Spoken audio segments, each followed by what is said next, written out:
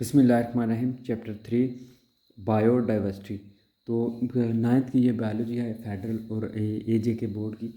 तो इसका जो है ना आप तीसरा चैप्टर हम पढ़ने जा रहे हैं बायोडाइवर्सिटी। तो बायोडाइवर्सिटी सबसे पहले होती क्या है और इसकी इंपॉर्टेंस क्या है। तो बायोडाइवर्सिटी जो है ना वो टू ग्रीक वर्ड से डिराइव किया गया है बायोडाइवर्सिटी वर्ड को। Bio mean life and diversity mean variety with in a species और among a species.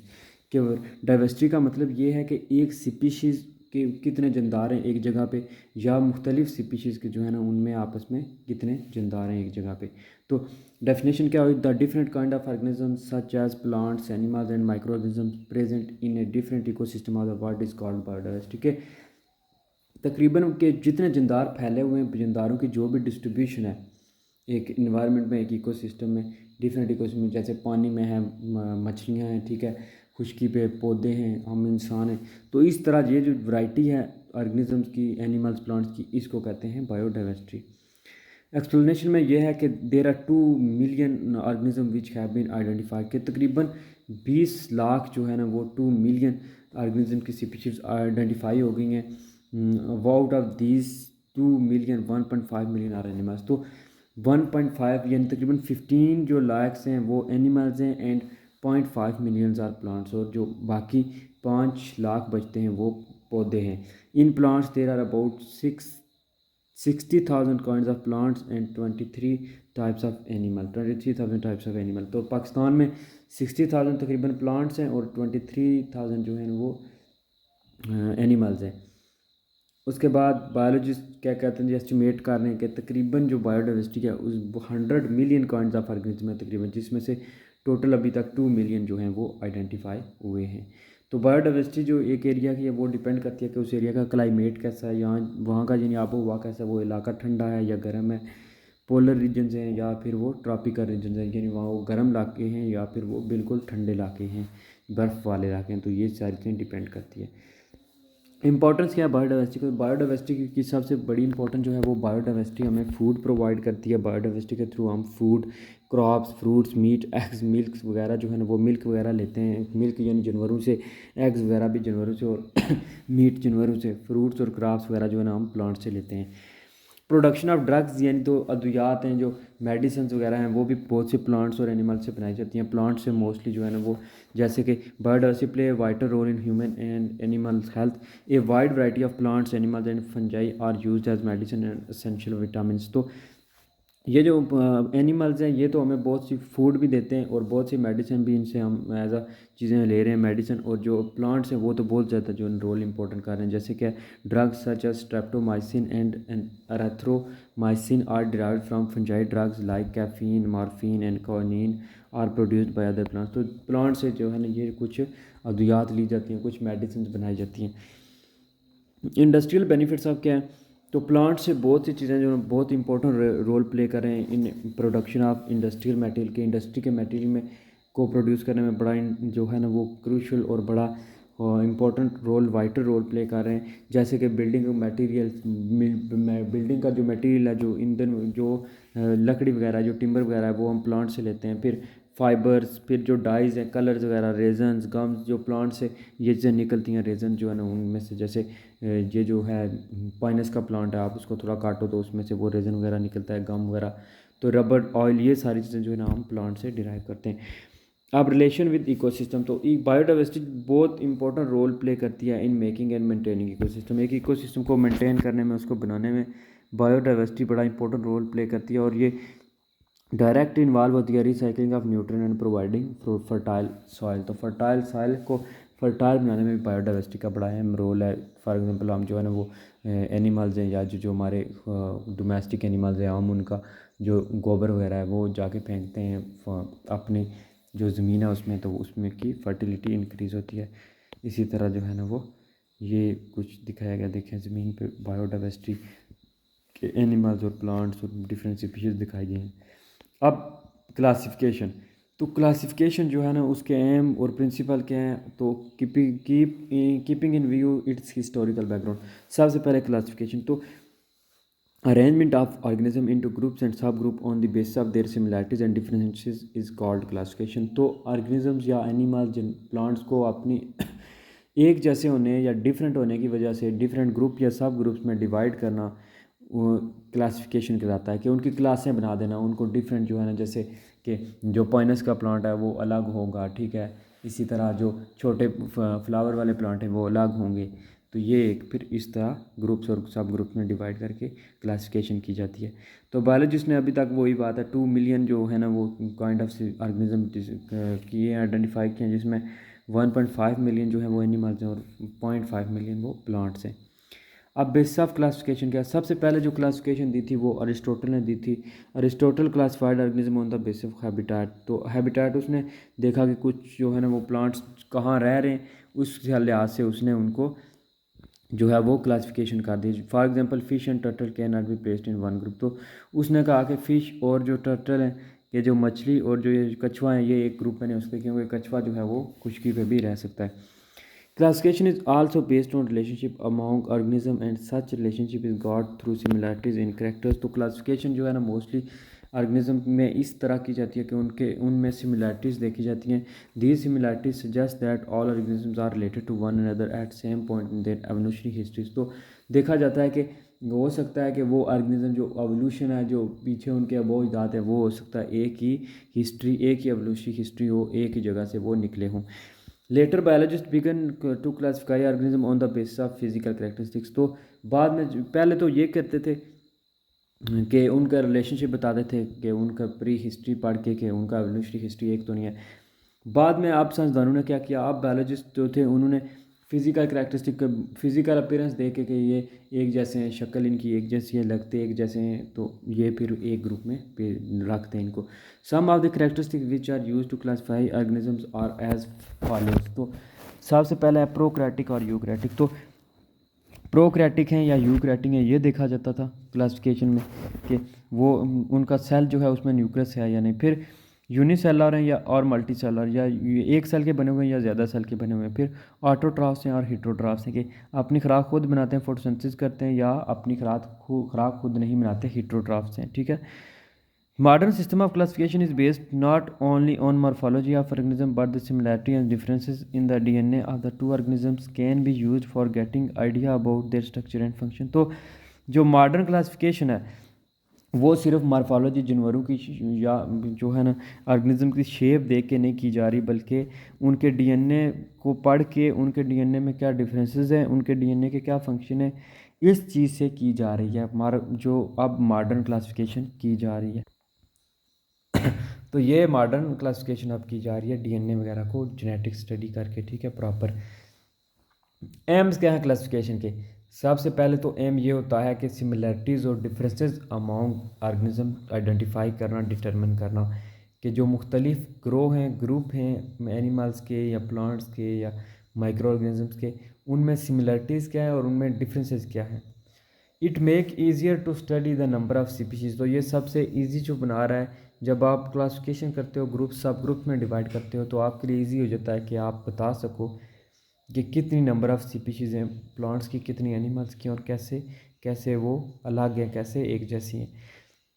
To find inter relationship among organism. तो ऑर्गेनिज्म के दरमियान जो है ना रिलेशनशिप भी इसके थ्रू आप बता सकते हैं, देख सकते हैं कि उनके दरमियान रिलेशनशिप क्या है। To name and place the organism in a proper place. तो इससे आप जो ऑर्गेनिज्म है उनको आप एक प्रॉपर प्लेस पे उनका नाम भी दे सकते हैं और उनको एक प्रॉपर प्लेस भी दे सकते हैं किसी ग्रुप या सब ग्रुप में। To study an organism systematically. तो ये आपको हेल्प करता है कि आप किसी ऑर्गेनिज्म को सिस्टमेटिकली स्टडी कर पाएँ, स्टडी करते हैं इसके थ्रू, ताकि तो ये चीज़ें जो एम इसके ये होते हैं कि आप उनको इजीली आइडेंटिफाई कर सकें, इजीली जो है उनके नंबर ऑफ़ स्पीशीज़ बता सकें, उनके दरमियान जो रिलेशनशिप है वो बता सकें, ऑर्गेनिज्म को प्रॉपर प्लेस दे सकें और उनको सिस्टमेटिकली स्टडी कर सकें अरेंज करके। प्रिंसिपल्स ऑफ क्लासिफिकेशन क्या होते हैं, biologist follows certain principles for classification, a few of the principles are. तो बायोलॉजिस्ट जो है ना फॉलो करते हैं कुछ प्रिंसिपल्स को क्लासिफिकेशन के लिए, उनमें कुछ चंद एक हैं। Organism are classified on their apparent similarities, के उनकी जो ज़ाहिर चीज़ें हैं, जो ज़ाहिर हमें नज़र आती हैं उसके हिसाब से सिमिलरिटीज़, सच एज उनका कलर कैसा है, उनकी हाइट कितनी है और वेट कितना है, ठीक है, कि जो कुछ क्लासिफाइड होते हैं बिल्कुल आप ज़ाहिर से देख के उनको अलग करते हो, ठीक है, ये 5 फुट वाले हैं इनको अलग करो, ये 6 फुट वाले हैं इनको अलग करो, ये काले हैं ब्लैक पीपल हैं इनको अलग करो, ये वाइट पीपल हैं इनको अलग करो, फिर ये जो है ना 100 से ज़्यादा किलो के हैं इनका वेट है इनको अलग करो, ये 100 से कम वाले इनको अलग करो। तो इस तरह जो है ना वो ज़ाहिर देख के कि आप चीज़ों को ईज़िली जज जो कर लेते हैं, ठीक है, अपेरेंट जो चीज़ें हैं जो आपको ज़ाहिर नज़र आ रही on the basis of internal structure and stages of development. दूसरा स्टेप होता है कि इंटरनल स्ट्रक्चर और डेवलपमेंट के उनका डेवलपमेंट प्रोसेस क्या है, ठीक है, वो कैसे जो है ना वो डेवलप हो रहे हैं आस्ता आस्ता, और कैसे उनका डेवलपमेंट प्रोसीजर क्या है, उनका इंटरनल स्ट्रक्चर क्या है। थर्ड नंबर पे है when they have more homologous structure के जब उनके एक से ज़्यादा जो है ना वो हैव मोर होमोलोगस स्ट्रक्चर्स, एक जैसे स्ट्रक्चर्स हों बहुत से, कि बॉडी की जो फिज़िक है जो फॉर एग्जांपल जो जी बर्ड के जो हैं वो पर, और कहते हैं ह्यूमंस के जो हैं ये मसल्स जो हैं बाजू के मसल्स वो कहते हैं जिसे हमें होमोलोगस से फंक्शन इनका एक है, एक तरह जो है ना वो काम करते हैं। तो इस तरह जो है ना वो चीज़ें आपने होमोलोगस बतानी होती हैं। Evolutionary history is also consider during classification, उनकी एवोल्यूशनरी जो है ना हिस्ट्री के वो एवोल्यूशन कैसे हुआ, तो वो चीज़ें जो है ना वो भी मद्देनज़र देखी जाती हैं। कि फॉर एग्जांपल कहते हैं पहले डायनासोर थे, तो आप डायनासोर की वो कहते हैं लिजर्ड जो है ना लिजर्ड की तरह थे, वो लिजर्ड डायनासोर की किस्म है छोटी हो गई है, तो ये एवोल्यूशन भी देखा जाता है। Genetics and biochemistry of different organisms are also considered principle for classification. तो मुख्तलिफ जो ऑर्गेनिजम्स हैं उनकी जेनेटिक्स कैसी है, उनकी बायोकेमिस्ट्री कैसी है, उनका डीएनए उनका उनमें कैसे काम करता है, ये चीज़ें भी जो है ना वो नोट की जाती हैं जब क्लासिफिकेशन की जाती है। अब what is hierarchy of taxonomy, तो कौन सी चीज़ें जो है ना वो इसमें की जाती हैं जो है वो इम्पोर्टेंट के काबिल हैं, कौन सी चीज़ों को ज़्यादा इंपॉर्टेंस दी जाती है और कैसे जो है ना अरेंज की जाती हैं चीज़ें। हिरार्की ये होता है कि जो है ना एक चीज़ को तरजीह दी जाती है दूसरी से। इसमें वेरियस सब कैटेगरीज हैं। हिरार्की पहले टैक्सोनॉमी की है कि the arrangement of different organism in their respective groups called taxa. तो एक ऑर्गेनिज्म को उसके ग्रुप में जो अरेंज करते हैं, जो हम रिस्पेक्टिव ग्रुप देते हैं उसे उसे कहते हैं taxa. The taxa form a ladder called taxonomic hierarchy. तो टैक्सा एक लैडर बनाता है, एक यानी जैसे वो सीढ़ी होती है ना उस तरह बनाता है, और कुछ चीज़ें उसमें ऐड की जाती हैं। जैसे वेरियस कैटेगरीज हैं कि all organisms are divided into 5 kingdoms. So kingdoms is the largest taxon. On the basis of similarities, each kingdom is further divided into smaller taxa in the following way. तो हर kingdom को कुछ following taxa में divide किया गया है। सबसे पहले आते हैं स्पीशीज़। तो स्पीशीज़ होती है सबसे बुनियादी इकाई, सबसे बेसिक इकाई। तो स्पीशीज़ क्या होता है, एक ग्रुप ऑफ ऑर्गेनिज्म होता है which can interbreed among themselves and produce fertile offsprings के। स्पीशीज़ वो होती हैं जो आपस में जिनसी अमल भी कर सकते हैं, ठीक है, इंटरब्रीड कर सकते हैं, अमले तौलीद कर सकते हैं, तो और आगे फर्टाइल ऑफस्प्रिंग्स बना सकते हैं। जैसे पैराडॉक्स आप यहाँ स्पीशीज़ में ह्यूमन लिख सकते हैं, ठीक है। तो ये हो गया स्पीशीज़ सबसे बेसिक छोटी इकाई। उसके बाद आती है जीनस। अब जीनस में कुछ जो है ना यार, genus is a group of related species. तो जीनस में जो है ना बहुत सी स्पीशीज़ एक जैसी जो स्पीशीज़ नज़र आती हैं उनको आप रख लेते हो, ठीक है, वो हो जाती हैं जीनस। जैसे पेंथरा। फिर है फैमिली। तो जीनस के बाद आती है फैमिली। अब family is a group of related genera. तो जैसे जैसे बड़े जाते हैं स्पीशीज़ मिल के जीनस बनाएंगी, जीनस मिल के फैमिली बनाएंगी।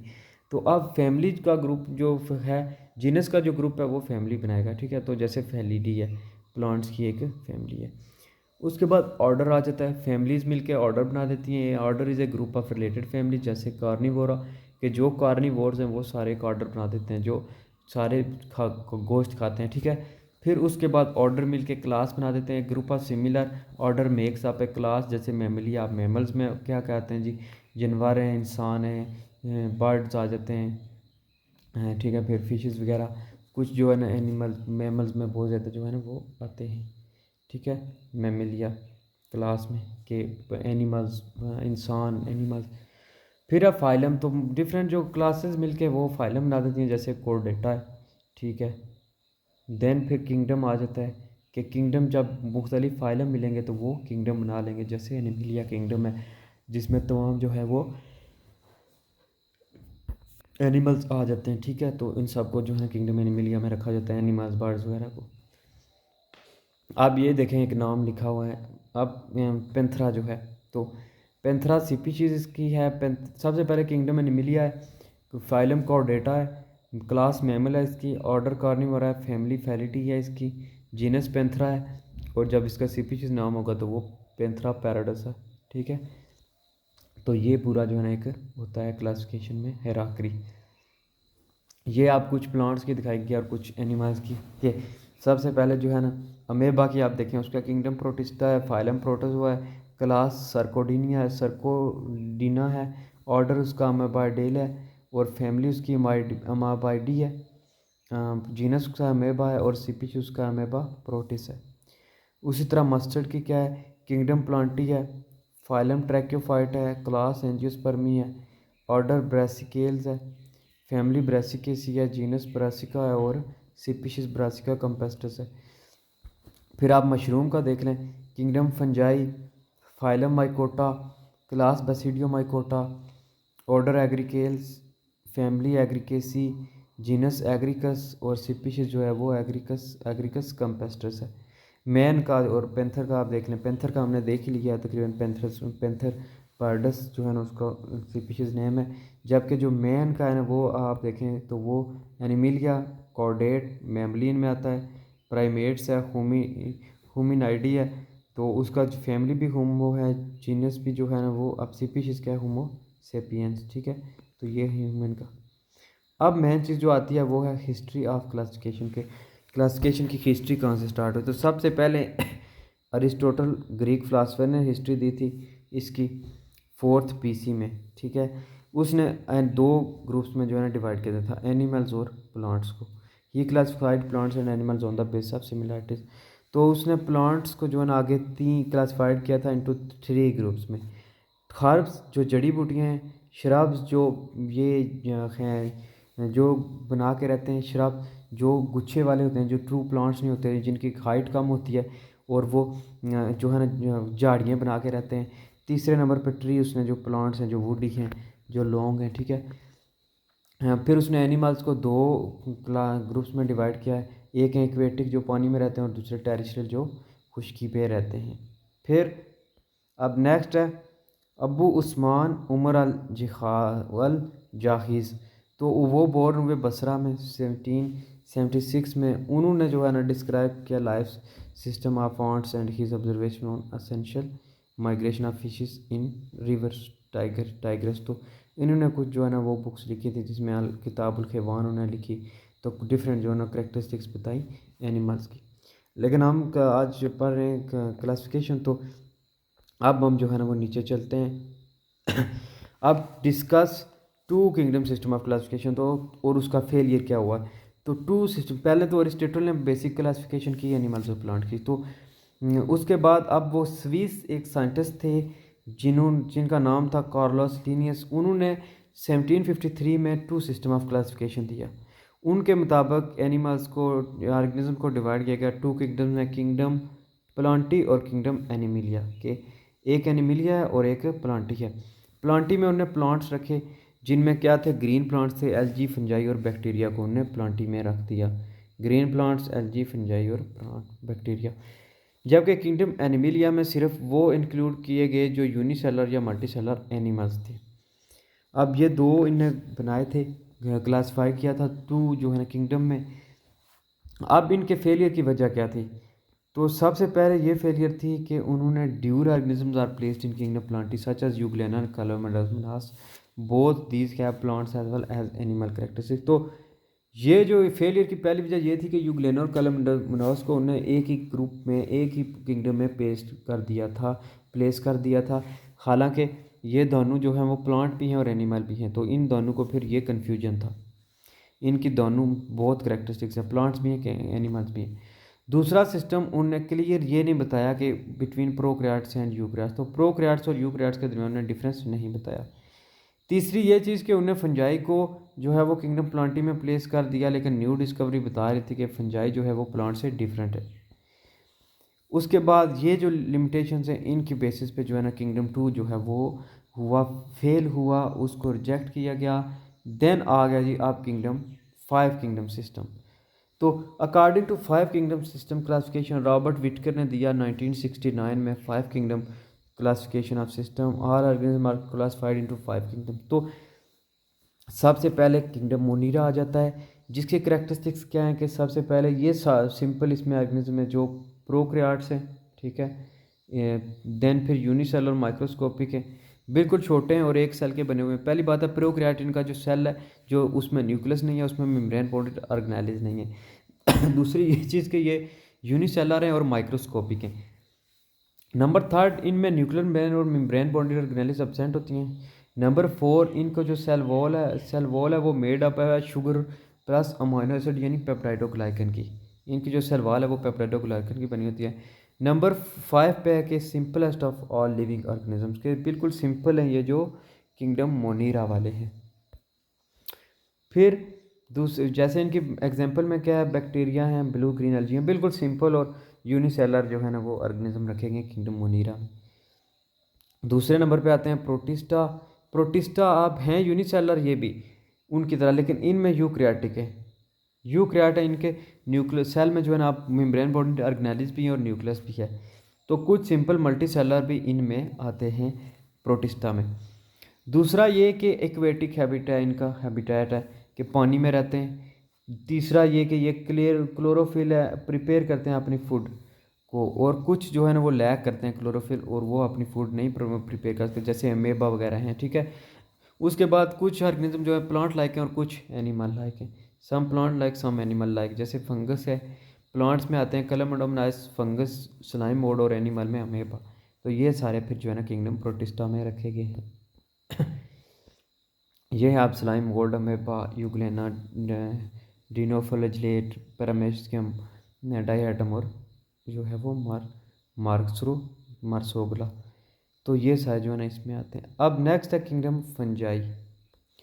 नंबर थर्ड है किंगडम फंजाई। तो फंजाई हैं यूकैरियोटिक मल्टीसेलर हैं, बहुत से सेल्स के बने हुए और यूकैरियोटिक हैं। इनके सेल में न्यूक्लियस भी है और मेम्ब्रेन बॉन्डेड ऑर्गेनेल्स में। हीट्रोट्रॉफ्स हैं, अपने फूड या खुद नहीं बना सकते। इनमें फोटोसिंथेसिस, क्योंकि इनमें क्लोरोफिल नहीं होता। फूड स्टोर्ड होती है inside the body from form of glycogen, यानी ये एनिमल्स लाइक एक्ट करते हैं, एनिमल्स की तरह जो है ना फूड को स्टोर करते हैं। Their cell wall is made from chitin, इनकी जो सेल वॉल है वो काइटिन की बनी हुई है। They take their food by absorption, absorb करके ये फूड को लेते हैं। स्पोरोफाइट्स, यानी स्पोरोफाइट्स हैं, एब्ज़ॉर्ब करते हैं फूड की, एब्जॉर्प्शन करते हैं अपने बॉडी के थ्रू, तो ये फूड लेते हैं।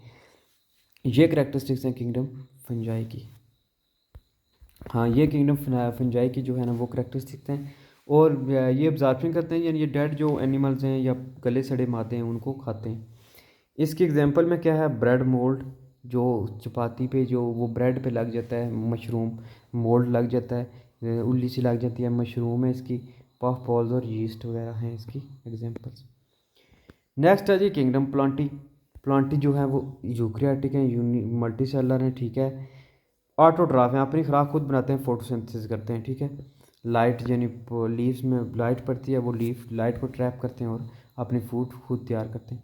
Their cell wall is made of cellulose, उनकी सेल वॉल जो है वो उसमें सेलुलोज होता है जो प्लांट से। फंजाई में क्या था, काइटन था, ठीक है। इनकी सेल वॉल में सेलुलोज है। Mostly lack centriole inside their cell, lack करते हैं सेंट्रियोल्स, इनके सेल में सेंट्रियोल्स नहीं होते। The reserve food is in the form of starch, तो एनिमल जो होते हैं वो करते हैं ग्लाइकोजन की शेप में, और ये जो है ये स्टार्च की, प्लांट स्टार्च की शेप में फूड को स्टोर करते हैं। नेक्स्ट है किंगडम एनिमिलिया। इसकी करेक्टरिस्टिक्स हैं, यूकैरियोटिक मल्टीसेलर एनिमल है, ठीक है। यूकैरियोटिक है, मल्टीसेलर है, सेंट्रियोल इनमें प्रेजेंट होते हैं। एनिमल और प्लांट सेल में ये डिफरेंस है, पी है। फिर इनमें क्लोरोफिल नहीं होता, एनिमल्स में, प्लांट्स में क्लोरोफिल होता है। ये अपनी फूड इस वजह से बना नहीं सकते, can not prepare their own food. This kingdom contains both vertebrates and invertebrates, तो इसमें वर्टिब्रेट्स भी हैं और इनवर्टिब्रेट्स हैं, कुछ में स्पाइनल कॉर्ड है, कुछ में स्पाइनल कॉर्ड एब्सेंट है। तो ये जो है ना वो किंगडम एनिमिलिया में आते हैं। अब इसके एग्जांपल में वर्टिब्रेट्स में आते हैं जो है जिनके पास बैक बोन है, जिस तरह फिश, बर्ड और मैमल्स हैं। इनवर्टिब्रेट्स में आते हैं जो लैक करते हैं बोन, बैक बोन को, जैसे इंसेक्ट्स वगैरह हैं, ठीक है। तो ये सारी चीज़ें आती हैं किंगडम एनिमिलिया में। अब 2 और 5 में जो है ना वो डिफरेंस क्या है 2 और 5 किंगडम सिस्टम में। तो 2 किंगडम सिस्टम कार्लस लिनियस ने प्रपोज किया था 1751 में, जबकि जो 5 है 1969 में रॉबर्ट विक्टर ने दिया था। 2 के मुताबिक ऑर्गेनिज्म को 2 क्लास में डिवाइड किया गया, और ऑर्गेनिज्म जो 5 के मुताबिक 5 किंगडम में किया गया है। फिर 2 के मुताबिक जो चीज़ बेस थी वो न्यूट्रिशन थी कि वो फूड कैसे हासिल करते हैं और मोटिलिटी वो हरकत कैसे करते हैं, ठीक है। तो दूसरे जो थे जो 5 किंगडम सिस्टम में उसमें उनका सेल का स्ट्रक्चर यूनिसेलर थे, मल्टी सेलर थे, यूकैरियोटिक थे या प्रोकैरियोटिक थे। कम्प्लेक्सिटी ऑफ बॉडी यानी यूनिसेलर हैं या मल्टी सेलर हैं। मोड ऑफ न्यूट्रिशन क्या है, ऑटोट्रॉफ हैं, हेटेरोट्रॉफ हैं या फूड कैसे ले रहे हैं। फिर 2 किंगडम सिस्टम में जो है ना ऑर्गेनिज्म बहुत से जो है ना वो एक जैसे जो थे ऑर्गेनिजम्स उनको जो है वो उनकी करेक्टरिस्टिक्स, कुछ एनिमल थे वो प्लांटी में चले गए थे और कुछ प्लांटी थे वो एनिमल में चले गए थे। तो ये कुछ जो है ना वो जैसे फंजाई था वो बड़ा क्वेश्चनेबल था कि उसको क्यों जो है ना प्लांटी में रखा गया जबकि उसकी कुछ करेक्टरिस्टिक्स एनिमल्स की तरह हैं। तो 5 किंगडम सिस्टम में जो है ना बेटर प्लेसमेंट की गई है और बेसिस ऑफ बॉडी स्ट्रक्चर और सब कुछ एवोल्यूशन भी देखा गया है। तो उसके बाद आप डिस्टिंग्विशिंग करेक्टरिस्टिक्स हैं 5 kingdom systems of living organisms की कि जो मोनीरा है उसमें देखें प्रोकैरियोट्स हैं, सेल टाइप्स एब्सेंट है, न्यूक्लियर एनवेलप, सेलुलोज जो है ना वो सेल वॉल में सेलुलोज नहीं है। जो मोनीरा है ऑटोट्रॉफ भी है, हेटेरोट्रॉफ भी और मल्टी सेलुलर नहीं है।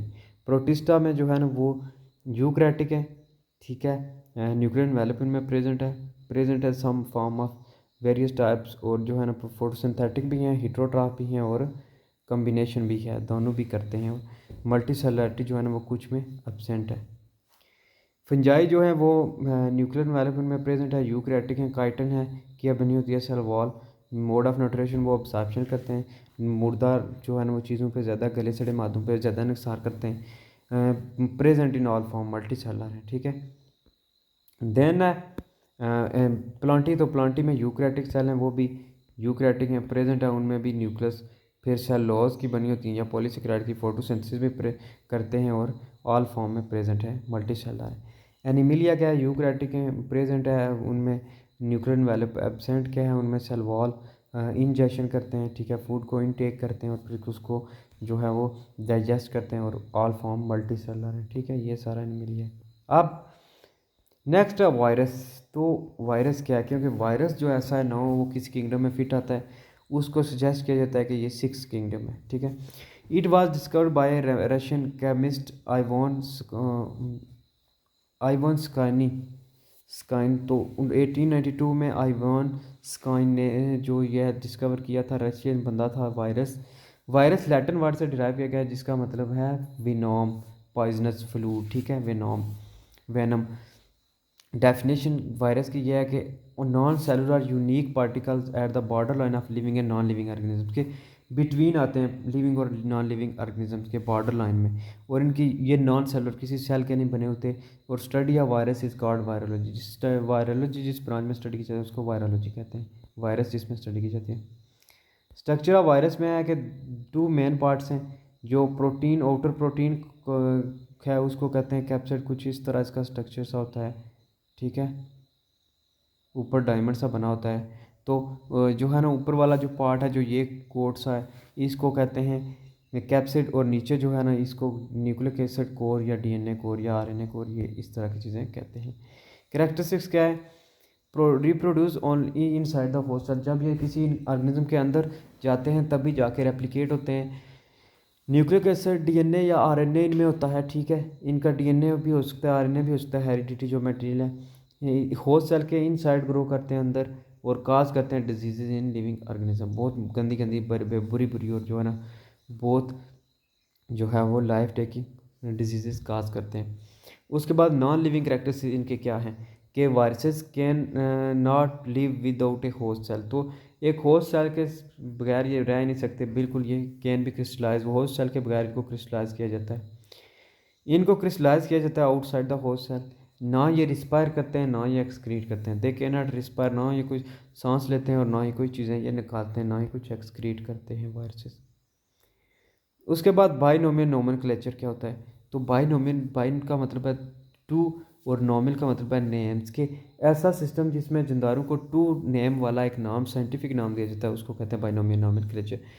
Binomial nomenclature is the method of giving scientific नाम नेम्स टू लिविंग ऑर्गेनिज्म। को ऑर्गेनिज्म को साइंटिफिक नाम देना एक बाइनोमियल नोमेनक्लेचर कहता है। इंट्रोडक्शन इसमें इसका क्या है ये भी कार्लस लिनियस ने, जो टू किंगडम सिस्टम भी कार्लस लिनियस ने दिया था और ये साइंटिफिक नाम भी कार्लस लिनियस ने दिया था। उनके मुताबिक जो है ना वो तमाम ऑर्गेनिज्म का नेम है जो वो कंसिस्ट करता है 2 वर्ड्स का, ठीक है। और फर्स्ट नेम जो है ना वो रेफर करता है नेम ऑफ जीनस और second name of the species, ठीक है।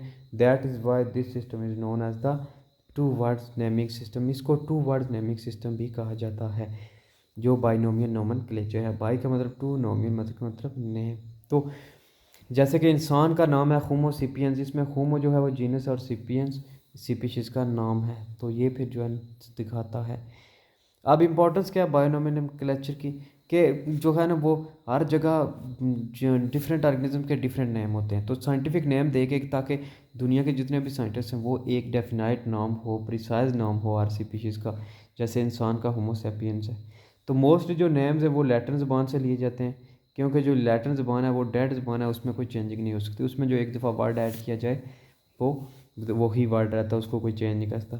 दे are usually descriptive and easier to study, तो इससे फिर जो है डिस्क्रिप्शन ईजी हो जाती है और ईजीली आप स्टडी कर सकते हो। कि जहाँ भी आप दुनिया में देखोगे वो जो आप कहते हैं कि उर्दू में इंसान, ठीक है, ह्यूमन इंग्लिश में, इस तरह जो है ना वो फिर मुख्तलिफ लैंग्वेज में इंसान के मुख्तलिफ नाम है, लेकिन साइंस के लिहाज से एक ही है होमो सेपियंस, तो वो स्टडी करते हैं। इसी तरह प्याज के वो कुछ नाम है जी, हर लिहाज से उसके अलग अलग नाम है जी। गंडा जो है कुछ कहते हैं, कुछ बासल कहते हैं, कुछ बासल, कुछ प्याज।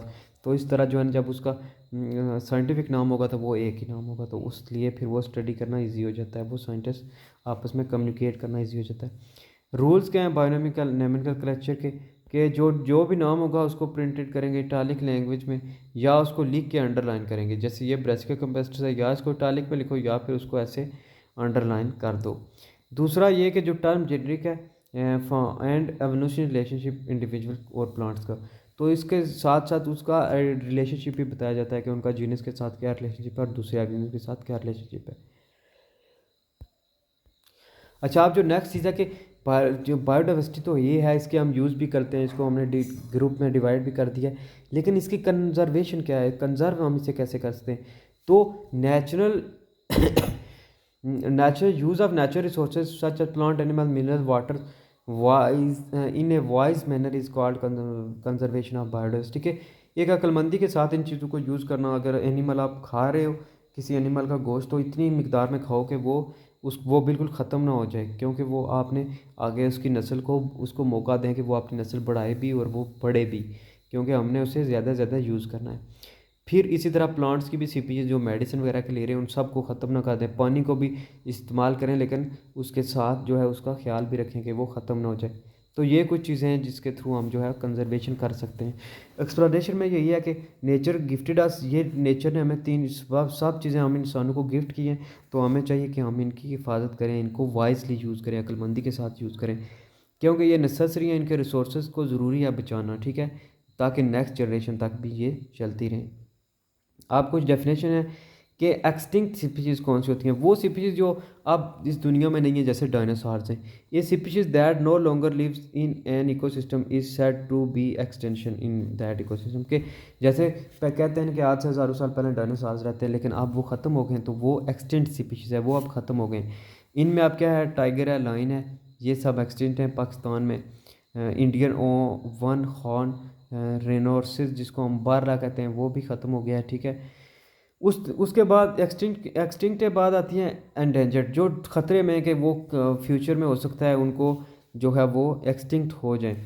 आ species that is risk of extinction in the near future, के ये स्पीशीज़ अगर इस तरह चलती रही, इसकी हिफाजत ना की गई, तो हो सकता है ये फ्यूचर में ख़त्म हो जाए। तो उन स्पीशीज़ को कहते हैं इंडेंजर्ड स्पीशीज़ के, वो ख़तरे में हैं। जैसे पाकिस्तान में 31 स्पीशीज़ मैमल की, 20 स्पीशीज़ बर्ड की और 5 स्पीशीज़ जो हैं वो रेप्टाइल्स की ख़तरे में हैं, इंडेंजर्ड में। जैसे जो है वो सनोबर है, ठीक है, प्लांट की स्पीशीज़। इसी तरह जो है ना वो ह्यूबुरा बस्टर्ड है, टेलर मार्खोर भी ख़तरे में है, ठीक है, तो ये स्पीशीज़ ख़तरे में है। थ्रेटेड क्या है, जिनको थ्रेट होता है कि आप इंडेंजर्ड, आप ख़तरे में आ जाओगी अगर आपने आपकी स्पीशीज़ कम होती रही। A species which is likely to become endangered in the near future, के जिसके हो सकता है कि पहले एनिमल्स कम है, जिसके मेंबर कम है, जिस स्पीशीज़ के, हो सकता है वो फ्यूचर में और कम हो जाए और इंडेंजर्ड हो जाए कि ये ख़त्म हो जाएगी एक दिन। जैसे फिशिंग कैट है, पैलेस कैट है, ओटर है, ठीक है, स्नो लेपर्ड है, ब्राउन बेयर है। तो ये थ्रेटन है कि ये हो सकता है ख़त्म फ्यूचर में जो है ना वो इंडेंजर्ड हो जाए, कम हो जाए इनके जो है ना मेंबर्स। तो इसलिए इनकी ख्याल रखना चाहिए। अब बायोडाइवर्सिटी का इम्पैक्ट क्या है ह्यूमंस पे। तो ह्यूमन का क्या इम्पैक्ट है बायोडाइवर्सिटी पे, ठीक है। सबसे पहले ह्यूमंस की वजह से हैबिटाट लॉस हो रहा है एनिमल्स वगैरह का, वाइल्ड स्पीशीज़ का, डिफॉरेस्टेशन। तो डिफॉरेस्टेशन क्या होता है, कटिंग डाउन ऑफ ट्रीज़। तो इंसान जो क्या कर रहे हैं, ट्रीज़ को बहुत ज़्यादा काट रहे हैं, जिसकी वजह से डिफॉरेस्टेशन हो रही है, फॉरेस्ट ख़त्म हो रहे हैं, ठीक है। तो उस वजह से जो है ना बहुत से एनिमल्स का क्या हो रहा है, इसको कहते हैं deforestation, cutting down of tree. तो जब ट्री कट रहे हैं तो फिर बहुत से एनिमल्स की जो है ना वो जो है उनका शेल्टर, उनकी रेजिडेंस, एग्रीकल्चर कम हो रहा है, रेजिडेंटल कॉलोनीज़ ख़त्म हो रही हैं, जिसकी वजह से डिफॉरेस्टेशन की वजह से फिर फॉरेस्ट कवर भी कम होगा, बारिशें कम होंगी, तो वो फिर जो है ना वो फॉरेस्ट लैंड भी ख़त्म हो जाएंगी, तो ज़मीन की फर्टिलिटी और इस तरह डेजर्ट बनते जाएंगे। तो वो फिर जो है ना बायोडाइवर्सिटी का लॉस है, ना एनिमल्स रहेंगे, जो वो प्लांट आप काट दोगे तो ना प्लांट रहेंगे। दूसरी चीज़ है ओवर हंटिंग, शिकार बहुत ज़्यादा हो रहा है, ठीक है।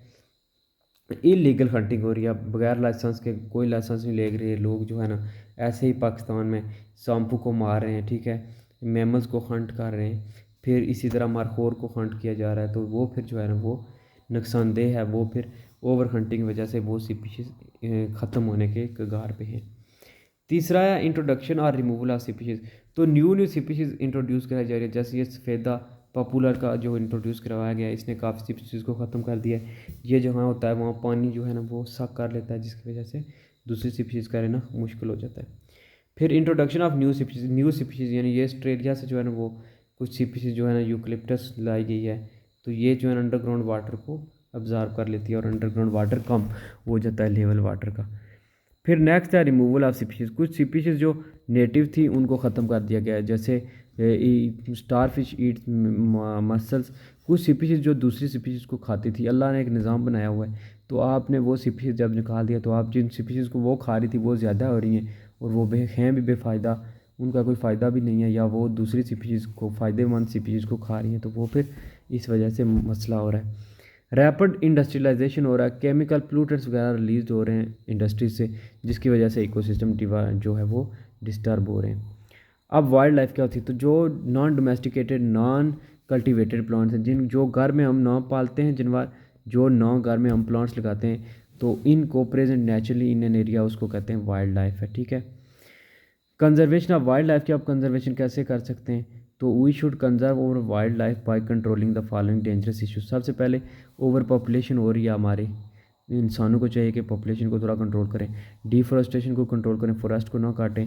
जो ओवर ग्रेजिंग हो रही है कि जो हम माल मवेशी वगैरह चरागाहों में चराने के लिए ले जाते हैं या जंगल में छोड़ आते हैं, वो ज़्यादा अगर चीज़ें जो हैं ज़्यादा स्पीशीज़ को, फॉर एग्जांपल एक स्पीशीज़ को वो अगर ग्रेज करेंगे तो वो ख़त्म हो जाएगी, तो इसको कंट्रोल करें। अर्बनाइजेशन, इंडस्ट्रीज़ वगैरह लगाना कम करें, शहर बसाना कम करें, ठीक है। अब पाकिस्तान में कुछ स्पीशीज़ जो इंडेंजर्ड स्पीशीज़ हैं, जिनको ख़तरा है कि वो नियर फ्यूचर में एक्सटिंक्ट हो जाएगी, जैसे मैमल्स की कुछ स्पीशीज़ हैं, पहले भी हमने पढ़ा है, ठीक है, फिर बर्ड्स की, फिर रेप्टाइल्स की। इसी तरह कुछ जो है ना ये डिफॉरेस्टेशन अब क्या होता है, मेन जो टॉपिक है कि cutting down of trees from land without proper planning के, प्लानिंग के बगैर के। फॉर एग्जांपल एक जगह के अगर 100 प्लांट्स हैं एक स्पीशीज़ के, तो अगर आप उसमें से 80-90 काट देंगे तो वो स्पीशीज़ ख़त्म हो जाएगी। प्लानिंग नहीं है, प्लानिंग करें कि हमने 10 काटने हैं या 20 काटने हैं एक साल में, ताकि 20 से 30 और जो है ना वो नए उगें भी, ग्रो भी करें, ठीक है। काजेज़ क्या हैं डिफॉरेस्टेशन के, एक्सटेंशन ऑफ सिटीज़, शहर बढ़ रहे हैं, मोर लैंड चाहिए, पॉपुलेशन बढ़ रही है, ठीक है। बिल्ड रोड्स के लिए जो है ना वो एक्सटेंशन करना और प्लांट्स काटना, ये पहला रीज़न है। दूसरा है ओवर पॉपुलेशन, पॉपुलेशन ज़्यादा हो गई है, ज़्यादा लैंड चाहिए एग्रीकल्चर के लिए, लोगों को फूड ज़्यादा चाहिए, तो एग्रीकल्चर ज़्यादा करना पड़ेगा, तो इसलिए जो है दरख्त काटे जा रहे हैं, फर्टाइल लैंड्स वगैरह जो है ना ढूंढी जा रही है। रिमूव किया जाता है develop pasture for grazing, grazing के लिए जो है ना, ताकि दरख्त वगैरह काटे जा रहे हैं ताकि जो मैदान हों और हमारे जो एनिमल्स हैं वो इजीली वहाँ से फूड खा सकें, वहाँ से ग्रेजिंग कर सकें। फिर यूज़ किया जा रहा है टिम्बर को फ्यूल के लिए यूज़ किया जा रहा है, जो बिल्डिंगें वगैरह बनाई जा रही हैं वहाँ जो है ना दरख्त की लकड़ी लगाई जा रही है। फ्यूल वुड के लिए जो जलाने के लिए ईंधन के तौर पे किए जाते हैं, फिर टिम्बर माफिया काट the trees for easy cash. तो जो लोग ये कर रहे हैं, जिन लकड़ियाँ बेच रहे हैं जो, तो वो दरख्त बेच रहे हैं, वो लोग काट के जो ना वो ऐसा करें। अब इफ़ेक्ट क्या होंगे डिफॉरेस्टेशन के?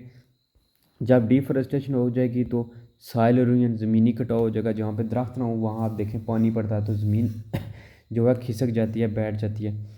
डिस्ट्रक्शन ऑफ वाइल्ड लाइफ का हैबिटेट तबाह हो रहा है। जंगल नहीं है तो ये जंगली जानवर कहाँ रहेंगे, ठीक है।